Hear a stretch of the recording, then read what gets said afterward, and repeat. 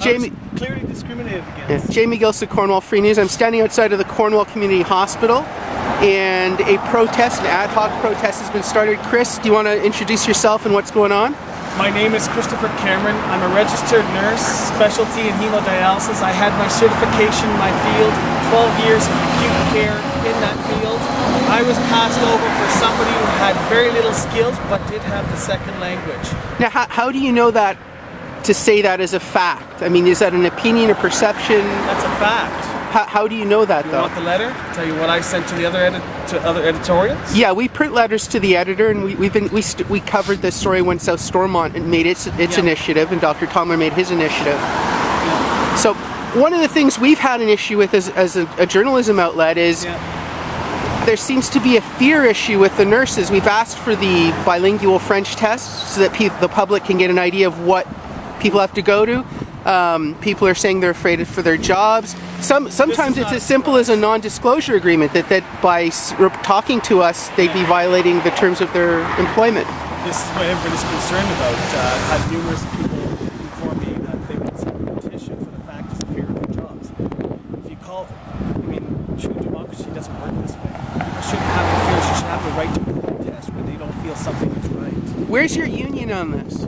I have not addressed my union, and I don't care to address my union. This is a personal issue to me. I feel obliged to do this. I've had 6 years of thinking of this and urging me, saying, why was I wrong? What did I do wrong? What was about me? It's not about me.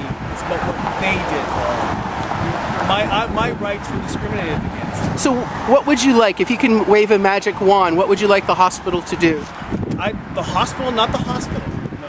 What I would like would be the Ontario government to come in here and address the issue. Many concerns coming about in this hospital is obviously the public is quite irate about this, and they should address it. I would like to see the Toronto government come in here. I've seen it happen in Ottawa, where they had problems in Ottawa, and Parking is right here. and they brought in Toronto cleaned up the problem, and it was the best thing for that hospital.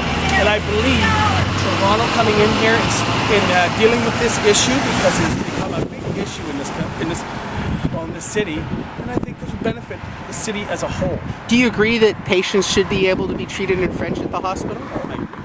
Okay. Because some people are trying to spin it that people don't want French service here.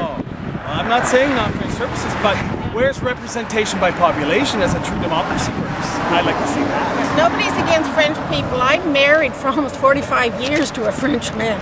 Raised my children in French schools. Tu dis français? I don't speak French. Myself, I come from a French family. Unfortunately, my father did not want me to learn French. My mother, and mind you, my father was not really involved in my education after 5, but my mother never taught me the tongue. But my true belief is, if you want to learn the tongue, you should be doing it at home, like most other cultures do.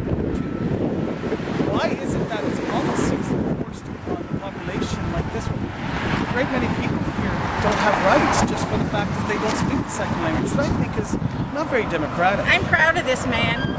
All right, thank you very much.